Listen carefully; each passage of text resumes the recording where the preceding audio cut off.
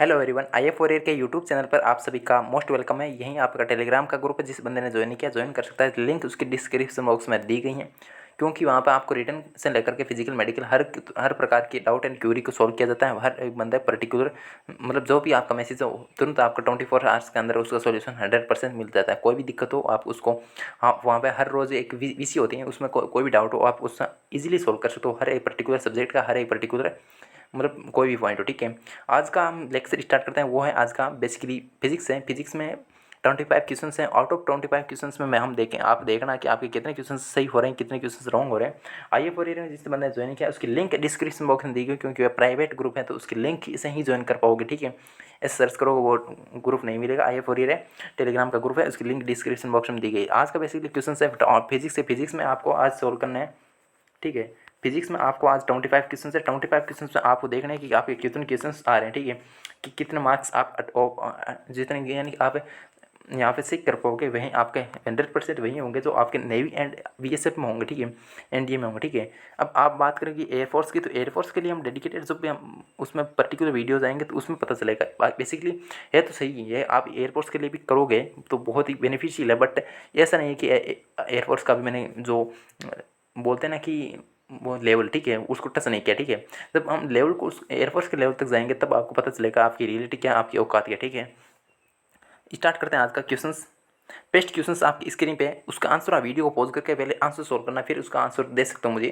पहला है किसी तार का यदि किस ठीक है, स्टार्ट करता हूँ मैं आपके साथ ही। यानी किसी तार का जिसकी लंबाई L है एंड रेडियस उसकी R है, तर्तन प्रतिबल बोले तो क्या प्रत्यास्थ, ठीक है, 5 kg बार, मतलब जो कुछ भी इसका यूनिट दिए गए एंड ये इसकी लेंथ की, ये लेंथ इसको डबल कर दी जाए, लेंथ इसकी डबल कर दी जाए, ठीक है, और रेडियस इसकी डबल कर दी जाए, तो मुझे बताओ कि ये y कितना होगा, ठीक है।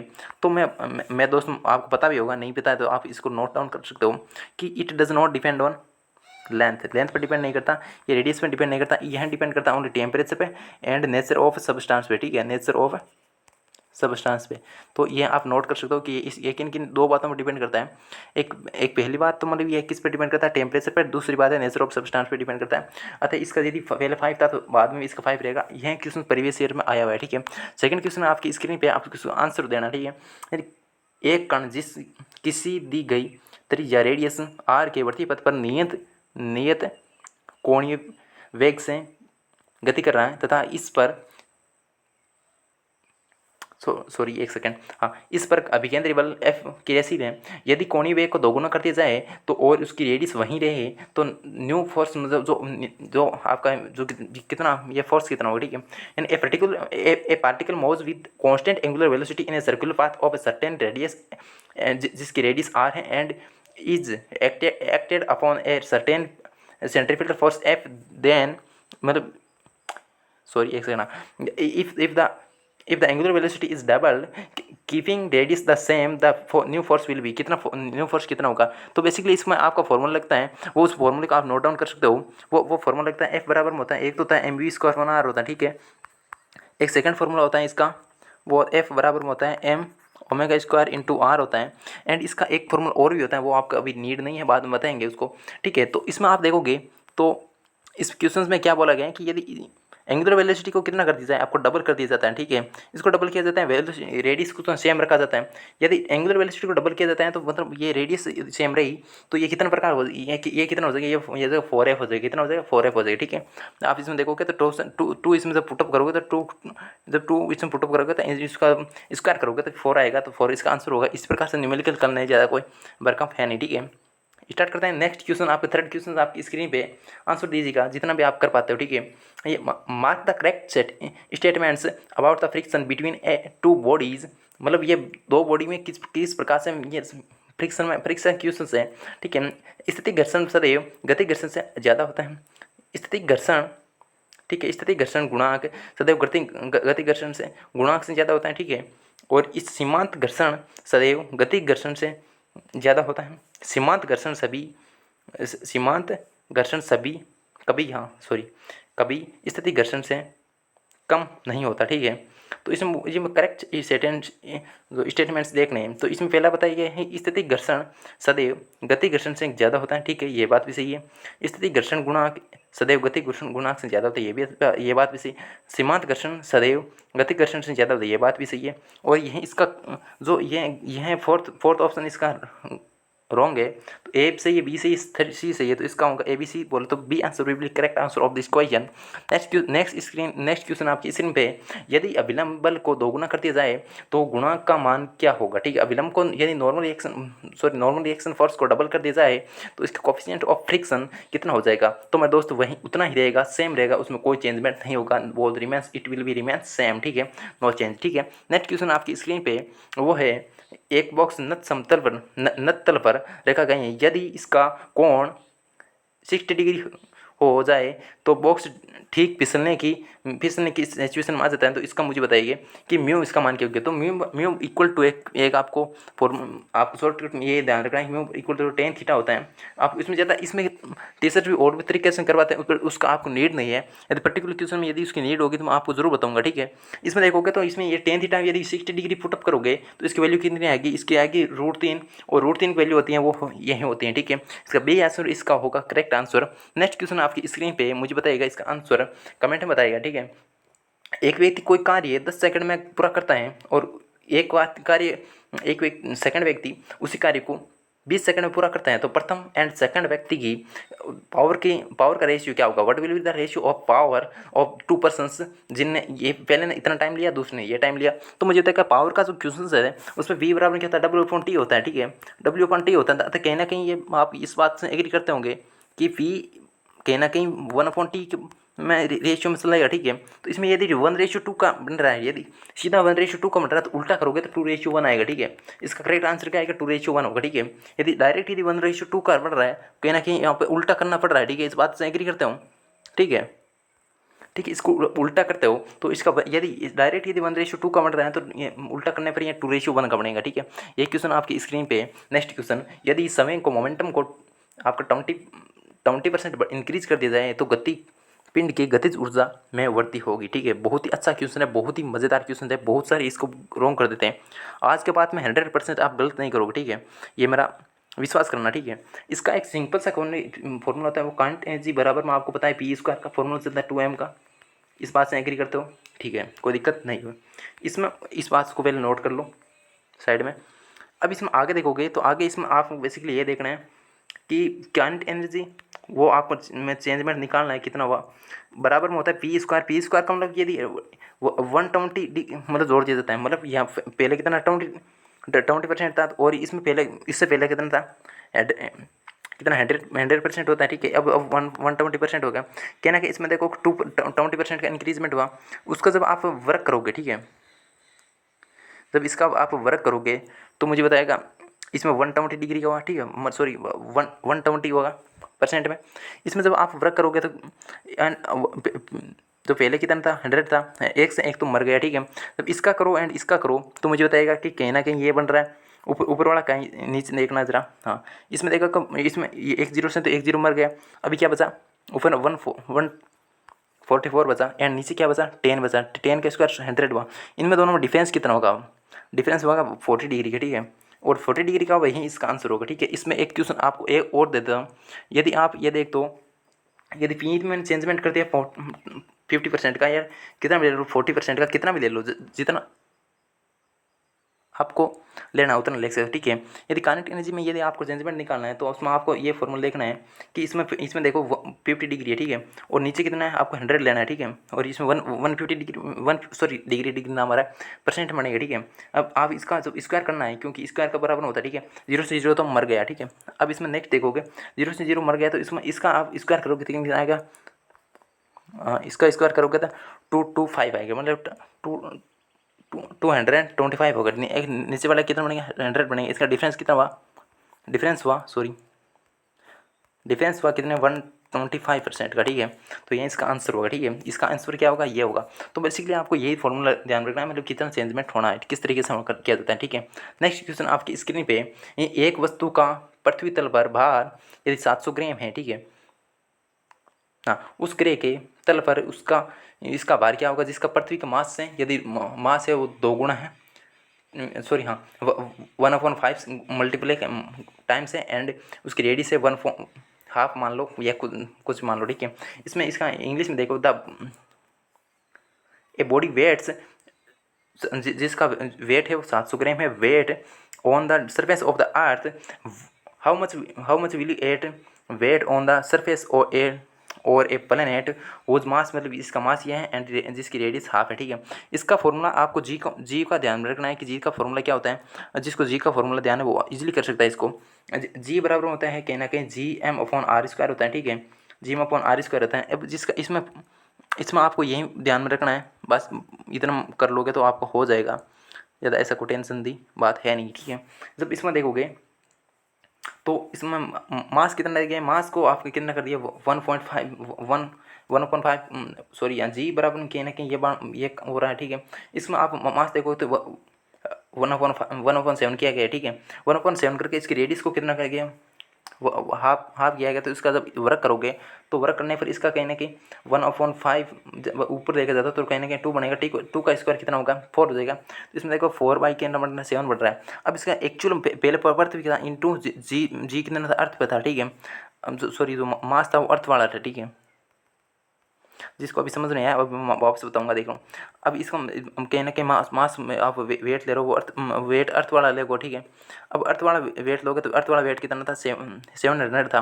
जब साथ साथ इसको काटोगे तो कितना बनेगा 100 बनेगा। जब इसको मल्टीप्लाई करोगे 4 से 100 को मल्टीप्लाई करोगे तो इसका आंसर क्या है, जब 4 को इससे मल्टीप्लाई करोगे तो आंसर आएगा बी आंसर, ठीक है। अभी मैं वापस रिपीट कर रहा हूँ क्योंकि ये मुझे लग रहा है किसी को समझ में नहीं आया होगा।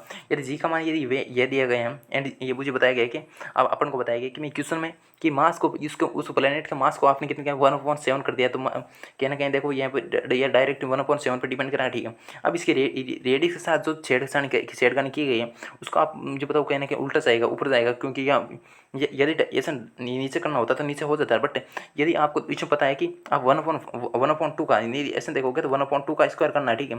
तो फिर जाकर कहीं ऊपर होगा, मैंने डायरेक्ट लिख दिया, कोई दिक्कत नहीं होनी चाहिए, ठीक है। जब उसको आप काटोगे पिटोगे तो आंसर ये होगा जी, यही आंसर होगा, ठीक है। नेक्स्ट क्वेश्चन पे आप स्क्रीन पे वो मुझे बताइएगा, यदि किसी पिंड का द्रव्यमान पृथ्वी पर m हो तब चंद्रमा की सतह पर इसका मास क्या होगा, ठीक है। इसमें देखो जी का लपड़ा है और इसमें देखोगे तो यदि इसका द्रव्यमान ये है तो आप मुझे बताओगे इसका आंसर क्या होगा। आपके अकॉर्डिंग आंसर इसका होना चाहिए ये है और यही इसका करेक्ट आंसर होगा। बट ये मेरे दोस्त गलत हैं, इसका आंसर होगा, ठीक है, ये आंसर होगा एम। इसमें आपने देखा नहीं होगा मास की बात की गई है, इसमें द्रव्यमान की बात की गई है, इसमें मास की बात की गई है, तो इसका आंसर ये कैसे लगा रहे हो, ये है आपका टोटली गलत है, ठीक है। इस बात से हम एग्री करते हो या नहीं, बट डजेंट मैटर, ये आपका मास की बात की गई ना कि वेट के, ठीक है। नेक्स्ट क्वेश्चन आपकी स्क्रीन पे मुझे बताइएगा कि यदि कि पृथ्वी के चारों ओर घूम रहे कृत्रिम उपग्रह में एक अंतरिक्ष यात्री का भार होगा, उसका कृत्रिम उपग्रह है, तो उसमें देखो there is no normal reaction force then it's जो बात करते हैं हम, सॉरी वेट करिए, हाँ उसका वेट कितना हो जाएगा 0 हो जाएगा, ठीक है। उसमें कितना होगा अंतरिक्ष यात्री का भार कितना होगा, क्योंकि वहाँ पे कोई ना तो ग्रेविटी है और ना ही उसका नॉर्मल रिएक्शन फोर्स है, तो उसके कारण उसका भार कितना होगा, भार उसका 0 हो जाएगा, ठीक है। पृथ्वी से कम ज़्यादा कुछ नहीं, आपको डायरेक्ट ये है कि उसका भार कितना होगा 0 हो जाएगा। नेक्स्ट क्वेश्चन आपकी स्क्रीन पे मुझे बताइएगा इसका आंसर।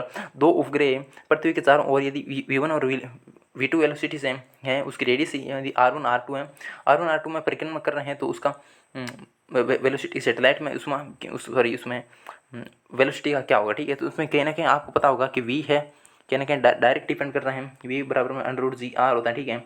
और आप इसमें रेडियस में देखोगे रेडियस में कहने की समझ पाती है, तो इसमें वेलोसिटी का यह और बी आंसर होगा इसका करेक्ट आंसर। नेक्स्ट क्वेश्चन आपकी स्क्रीन पे, यदि रेडियस में यदि जी की पृथ्वी की रेडियस में यदि 1.5% में कम किया जाता है, उसको डिक्रीज किया जाता है, तब पृथ्वी गतिविधि त्वरण के मान में प्रतिशत परिवर्तन कितना होगा, द्रव्यमान ये रहे हैं। तो यदि आपको मास को कांस्टेंट रखा है तब उसका मुझे बताइएगा रेडियस में यदि उसने कम कर दिया जाए तो उसका जी का मान भी क्या होगा। जी बराबर आप मैंने पहले बताया जी एम अपॉन कितना होता है R स्क्वायर होता है। अब यदि R स्क्वायर होता है तो R को आपने कितना किया 1.5 का है। अभी जिसको पहले लास्ट वाले क्वेश्चन समझ में है वो इसको जरूर देखेगा, ठीक है। 1.5% के दिए गए उसको छोड़ो, अब मुझे बताओ इसका स्क्वायर है तो आपको परसेंट में आपने स्क्वायर में देखा होगा, जब उसको बाहर ले जब नॉर्मल ये है जब लगभग 6 के लगभग हो तो इसमें पावर आगे मल्टीप्लाई कर दी जाती है। जब इसमें देखो 2 से हाँ, 2 से जब 1.5 को मल्टीप्लाई करोगे तो कितना बनेगा, कहना क्या 3 बनेगा। यदि ये 3% डिक्रीज़ हो रही है तो जी का मान 3% इंक्रीज़ होगा, ठीक है। ये आपका आंसर है, क्योंकि यह कितना यह कहाँ है, सॉरी ये क्या है, बट्टे में बोले तो अपॉन में, तो इसलिए कहीं ना कहीं ये रेसिप्रोकल है और इसका आंसर यही होगा, ठीक है। नेक्स्ट क्वेश्चन आपकी स्क्रीन पे मुझे आंसर दीजिएगा। यदि पृथ्वी की त्रिज्या 1% कम कर दी जाए परंतु उसका मास वही रहे तो पृथ्वी के जी के त्वरण में कितने परसेंट का चेंजमेंट होगा। इसमें ये थोड़ा सा ये इसलिए क्वेश्चन को लाया गया, या घटेगा या बढ़ेगा, इसमें आपको दोनों में डाउट होगा। तो इसमें दोस्त यदि यह डिक्रीज हो रही है तो क्या क्या वो इंक्रीज होगा, तो B answer will be correct answer of this question. Next question आपकी स्क्रीन पे वो है एक उपग्रह पृथ्वी के चारों ओर आर त्रिज्या की कक्षा में v वेलोसिटी से घूम रहा है। यदि उपग्रह का मास m है, यदि उसकी कुल ऊर्जा कितनी होगी, तो दोस्त आपको पता होगा कुल ऊर्जा v वेलोसिटी से घूम रहा है। यदि उपग्रह का मास ये है, ये तो कुल ऊर्जा कितनी होगी, तो कुल ऊर्जा होगी वो काइनेटिक एनर्जी की, आपको पता होगा। ये जिसको पता नहीं हो तो वो होते हैं टोटल एनर्जी होती है। टोटल एनर्जी में एक फॉर्मूला होता है, वो आप देखो potential energy plus kinetic energy को जोड़ा जाता है, ठीक है। जब उसको आपस में ऐड करते हैं तो यह कितना होता है, माइनस का 1/2 जी एम अपॉन आर होती हैं, और ये कितनी होती है 1/2, सॉरी एक सेकंड वेट करिएगा, हमने कुछ तो मिस्टेक कर दी, ठीक है। हाँ ठीक है, अब उसमें देखोगे काइनेटिक एनर्जी का फॉर्मूला क्या होता है, 1/2 माइनस का, सॉरी ये माइनस का थी, ठीक है, और ये होगी 1/2 जी एम अपॉन आर, ठीक है। अब इसमें आप देखोगे इसके अकॉर्डिंग कि आपको आंसर मिल जाएगा, आपको मिल भी गया होगा कि इसको आपस में जब ऐड करते हैं तो कहीं ना कहीं 1/2 टोटल एनर्जी आती है, ठीक है। 1/2 सॉरी हाँ 1/2 टोटल एनर्जी आती है, ठीक है। 1/2 टोटल एनर्जी किसके काइनेटिक एनर्जी के बराबर होती है, ठीक है। इसमें आप देखो कि 1/2 काइनेटिक एनर्जी है, तो ये इसका आंसर होगा। काइनेटिक एनर्जी का फॉर्मूला क्या लगता है आप उसको देख लेना, ठीक है। अगला क्वेश्चन आपकी स्क्रीन पे है, पृथ्वी के चारों ओर घूम रहे एक उपग्रह की गतिज ऊर्जा काइनेटिक एनर्जी ये दी गई है कि कम से कम कितनी ऊर्जा एनर्जी दी जाए कि वह अंतरिक्ष में पलायन कर सके, ठीक है। अंतरिक्ष में पलायन कर सकते हैं, उसके लिए आपको कितनी काइनेटिक एनर्जी देनी है, तो वहाँ आपको काइनेटिक टोटल एनर्जी कितनी देनी है, कम से कम कितनी एनर्जी दिया, ठीक है। तो वह देनी चाहिए आपको काइनेटिक एनर्जी के बराबर, ठीक है। या यह देनी चाहिए, यह देनी चाहिए, या उसको 2 टाइम्स देनी है। तो इसमें आपको ये इन दोनों में तो कोई दिक्कत नहीं है, ये तो आप काट दोगे इजीली, ये भी काट दोगे, ये भी काट दोगे। बट इसमें डाउट आपको यह होगा कि यह या ये सही है, ये सही है, ठीक है। ए या बी इसमें आपको डाउट होगा। तो आप मुझे ये बताओ कि अभी मैंने क्या बताया था इसमें लास्ट में कि टोटल एनर्जी वो होती है 1/2 काइनेटिक एनर्जी के बराबर होती है, सॉरी 1/2 जी एम आर होती है, या इसको बराबर आप ले सकते हो माइनस का काइनेटिक एनर्जी के बराबर होती है, ठीक है। यदि माइनस काइनेटिक एनर्जी के बराबर होती है, ठीक है, तो काइनेटिक एनर्जी देते ही उसको बराबर 0 बन जाएगा, इक्वल बैलेंस बढ़ जाएगा, ठीक है। तो इसलिए उसको देनी पड़ेगी काइनेटिक एनर्जी के बराबर वैल्यू, ठीक है। नेक्स्ट क्वेश्चन आपकी स्क्रीन पे, पृथ्वी की सतह से भेजे गए रॉकेट का प्लान वेग किस पर डिपेंड करता है, तो मुझे बताओ एस्केप वेलोसिटी किस पर डिपेंड करती है। तो उसमें ना ये क्या मास पर डिपेंड करती है, क्या उसके ग्रे के मास पर डिपेंड करती हैं, जिसकी और डिपेंड गतिमान किए गए, ये तो नहीं हो सकता। क्या पृथ्वी के द्रव्यमान पर डिपेंड करती है, नहीं करती, ये बात भी गलत है, पृथ्वी के मास पर डिपेंड कर रही है। अगला है रॉकेट के द्रव्यमान पर डिपेंड करते हैं, ये बात भी गलत है, रॉकेट पर डिपेंड नहीं करती, ये बात गलत है, ये बात गलत है, मुझे तो। अब आप इसमें देखोगे, आपको डाउट है इन तीनों में, ठीक है, आपको डाउट है इन ए और बी एंड डी में डाउट है। मुझे हर एक क्वेश्चन का मुझे आंसर दो कि मैं आपको अभी दोबारा पूछ रहा हूँ कि क्या रॉकेट का मास पर डिपेंड कर रही है, नहीं कर रही ना, तो ये आंसर होगा, ठीक है। क्या पृथ्वी के मास पर डिपेंड नहीं करती है भाई साहब। क्या रॉकेट का मास पर डिपेंड करती है, नहीं करती, तो यह इसका ये आंसर होगा। और सबसे ज़्यादा तो मतलब आपको कन्फ्यूजन इन दोनों में, तो आप इस बात को क्लियर कर सकते हो, इसका आंसर क्या होगा, इसका आंसर होना है, ठीक है। नेक्स्ट क्वेश्चन आपकी स्क्रीन पर मुझे बताइएगा, यदि मास यह आपको यदि आपको ये पता होना चाहिए टेंशन फोर्स है। इसमें देखो 2 kg and 3 kg and 5 kg द्रव्यमान के 3 गुटकों को बारहीन डोरी द्वारा परस्पर जोड़कर एक घर्षण रहित सतह पर इतना अनुसार दर्शाए गए हैं। निकाय को फोर्स वैल्यू दी गई है, वो है 10 न्यूटन। देन खींचा गया उसका टेंशन फोर्स कितना होगा। टेंशन फोर्स यदि रोप मासलेस है, इसमें को बताया नहीं गया, तो बेसिकली हम मासलेस ही मानेंगे, ठीक है। यदि मासलेस रोप है तो हर एक पॉइंट पे वो टेंशन फोर्स से इक्वल होगा। तो आपको मेरी हैंड से जो आपको जो करना चाहिए, वो अप्लाई करना चाहिए, वो आपको पहले आपको एसएलेशन निकालना है, ठीक है। इस एसएलेशन कितना होगा, तो एसएलेशन बराबर होता है F upon total mass m1 plus m2 plus का m3, ठीक है। और जब आप इनको तीनों को जब ऐड करोगे, ठीक है, तो इसमें देखो कि ऊपर 10 है, नीचे भी 10 आएगा। तो ए का वैल्यू कितना आ गया, ए का वैल्यू आ गया 1, ठीक है दोस्त। इस बात से हम एग्री करते हैं।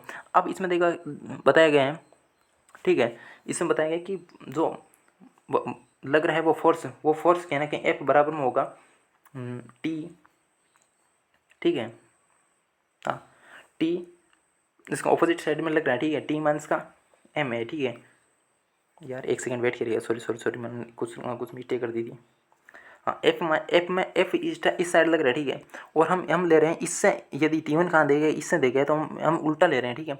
हम इस टू के बेसिस पे लेंगे, टू के कहीं ना कहीं ऑपोजिट साइड में लग रहा है, ठीक है। और यार यहाँ इससे साइड यार ये ले लो या इससे साइड ये ले लो, दोनों में क्या मिलने वाला है, सेम मिलने वाला है, ठीक है। अब नेक्स्ट आपको ये बात समझनी है कि एफ यदि इस साइड लग रहा है, टी यदि इस साइड लग रहा है, तो कहीं ना कहीं एफ माइनस का, ठीक है,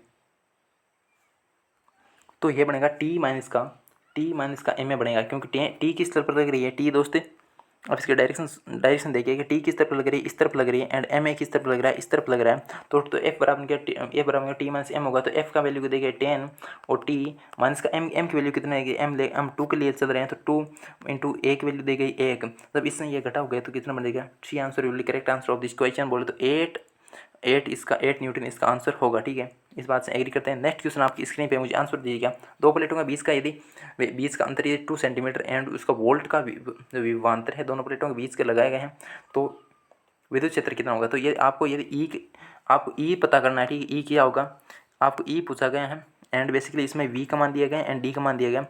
जब इसको डिवाइड करोगे तो इसको वी का वैल्यू कितने 100 दिए गए हैं, सॉरी एक सेकेंड, इसमें 10 दिए गए हैं एंड उसकी जो बीच की डिस्टेंस है वो 2 दी गए हैं। जब अब सेंटीमीटर है तो इसमें आपको कहना है कि 100 से मल्टीप्लाई करोगे, ऊपर से जब 100 से मल्टीप्लाई करो एंड इसको जब काटोगे तो कितना हो जाएगा 5 हो जाएगा। जब इससे मल्टीप्लाई करो तो इसका आएगा 500, ठीक है, बोलो 500, ठीक है। नेक्स्ट क्वेश्चन आपकी स्क्रीन पे मुझे आंसर दीजिएगा। A planet has a mass m, उसकी रेडियस r है, the value of acceleration due to gravity on the surface is g, then the is another planet जिसका सेकंड प्लैनेट है, second उपग्रह है, whose mass and radius both are two times that of the first planet, gravity of the following is acceleration due to gravity on the surface of planet 2, ठीक है। अब इसका answer मुझे बताना है, आप खुद बताओगे। यदि मैं आपको हिंदी में ट्रांसलेट करके बता दूं कि एक प्लैनेट है A1, सो आप कुछ भी ले सकते हो, ए और बी ले सकते हो। यदि एक ए है सेकंड बी है, यदि पहले का यदि जो एम मास है एंड रेडियस आर है, सेकंड में दिया गया है कि मास को भी 2 टाइम्स कर दिया जाए, रेडियस को भी 2 टाइम्स कर दिया जाए, तो उसकी ग्रेविटी कितनी होगी। इसका आंसर आप कमेंट में दोगे। मुझे तो बस पढ़ने में ही आंसर पता चल गया, क्योंकि इस टाइप से मैंने 2-3 क्वेश्चन करवा दिए, ठीक है। अब आज का क्वेश्चन यही क्वेश्चन आप खुद बताओगे कमेंट बॉक्स में। नेक्स्ट क्वेश्चन आप स्क्रीन पे, यदि इसका एफ इतना लग रहा है, एक वस्तु पर फोर्स कितना 50 न्यूटन का फोर्स लग रहा है एंड बल की डायरेक्शन आपके 60 डिग्री कोण पर 10 मीटर डिस्प्लेसमेंट किया जाता है, तो उस बल द्वारा किया गया कार्य कितना होगा। तो वर्क बराबर में आपको पता होगा कि फोर्स इक्वल होता है एफ डॉट एस कोस एंगल होता है, कोस में 60 डिग्री दी गए हैं। अब इसमें बताओगे कि एफ की वैल्यू कितनी है, ठीक है। अब एफ की वैल्यू दी गई है आपको 50 इंटू डिस्प्लेसमेंट दी गया 10 इंटू 60 का मान होता है 1/2, ठीक है। इसमें डिवाइड करोगे तो 5 और 5 से इसे मल्टीप्लाई करोगे तो कितना होगा 25, ठीक है। 225 इसका आंसर होगा करेक्ट आंसर जूल, ठीक है। जूल इसका यूनिट इसका जूल होता है, अब वर्क का आपको पता होना चाहिए। नेक्स्ट क्वेश्चन आपकी स्क्रीन पे, इसका आंसर आप खुद बताओगे या मैं करूँ, ठीक है, मैं बताएंगे, ठीक है। The equation of the state of some gases can be expressed P plus का A/V² मल्टीप्लाई V माइनस का B बराबर RT, then P is the pressure, V is the volume, T is the absolute temperature, then AB are constant, then the dimension of a क्या होगी, ठीक है। तो इसमें आपको मैं नेक्स्ट स्लाइड लेता हूँ एंड मुझे बताऊँगा P बराबर में होगी, इसमें आपको पता होना चाहिए जो डायमेंशन का लोग बोलता है कि P की डायमेंशन ए इंटू V² का बराबर होगी। अब P क्या प्रेशर की डायमेंशन क्या होती है, फर्स्ट ऑफ ऑल आपको तो पता होना चाहिए। तो ये बताओगे M/L-1 T-2 होती है, ठीक है, बराबर में होती है A इंटू L, V की डायमेंशन होती है V बराबर में होती है L3, ठीक है। अब V इसका स्क्वायर करोगे यानी कि 6 बन जाएगा, तो यहाँ पर बनेगा 6, ठीक है, L6। जब इनको आपस में मल्टीप्लाई करोगे तो इसका डायमेंशन आएगी M1L5 T-2, यही इसका आंसर होगा। करेक्ट आंसर क्या होगा तब देख लेना, ए होना चाहिए, कितना होना चाहिए इसमें आंसर दिया गया है, ये इसका आंसर होगा। नेक्स्ट क्वेश्चन आपकी स्क्रीन पे आप मुझे आंसर दोगे। यदि किसी लिफ्ट में, यदि वहाँ लिफ्ट वाला केसेज है, मापने पर किसी पिंड का मास ये दिए गए हैं, m मास दिए गए हैं। यदि लिफ्ट ए त्वरण से ऊपर की ओर जा रही हैं तो उसका मास कितना होगा। डियर फ्रेंड्स, आपने ये इसमें बस पढ़ा नहीं होगा, बस मैं बोलूँगा कि आपने निहायती गधेपति की होगी, किस तरह आपका आंसर लगाया होगा, वो लगाया होगा ये वाला या ये वाला। मैं बताऊँ ये भी नहीं है, ये भी नहीं है। अब आपको बताऊँ, अब ये समझ में आएगा कि मतलब ये गलत में क्यों लेकर हम आपके सामने। आप खुद बताना चाहिए कि यह आंसर क्यों नहीं हुआ, बस यह आंसर मैं बता रहा हूँ कि यह आंसर कौन सा होगा। इसका आपको यह होगा बी सी। इसमें देखिए बात की गई द्रव्यमान की, बात की गई मास की, ठीक है, बात की गई मास की, बात की गई द्रव्यमान की, ठीक है। तो आप ये और ये कैसे लगा रहे हो। जब ये बात करती वेट के, जब बात होती वेट की, तो हम ये आंसर यह लगाते हैं, ये ऊपर एसेलेरेशन से जा रही है और नीचे जब एसेलेरेशन के साथ आ रही हैं तो ये लगाते हैं, और ऊपर यदि एसेलेरेशन के साथ जा रही है तो यह लगाते हैं, ठीक है। बट यदि बात की कब, जब बात की जाती वेट की, बट अभी बात की जा रही किसकी, बात की जा रही अभी किसकी, मास की, तो यह आंसर होगा, ठीक है। नेक्स्ट क्वेश्चन आपकी स्क्रीन पे, ये कुचला का पैरामीटर कितना,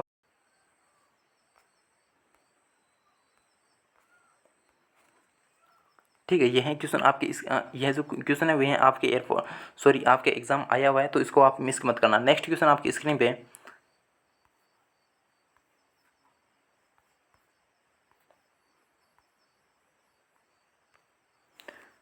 ठीक है।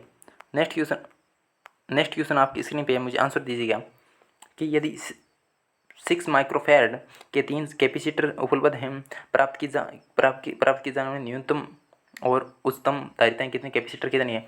तो इसमें एक सीरीज में जोड़ देता है, एक सीरीज़ का लफड़ा होता है, एक होता है पैरेलल का, ठीक है। तो एक होता है पैरेलल का, एक होता है सीरीज़ का। जब सीरीज़ में जोड़ देते हैं तो उसको सिंपली ऐड किया जाता है, एंड इसको जब इसमें जोड़ देते हैं सी एन, मतलब सी एन के रूप में जोड़ देते हैं, एंड इसको सी एफ एन के रूप में जोड़ देते हैं, तो इसको मैक्सिमम होगा 18 और मिनिमम होगा इतना, ठीक है। आप इसको खुद देख लेना। अगला है ये, इसको कांस्टेंट आपको केपलर का सेकंड लॉ के अनुसार ये आपको पता होना चाहिए।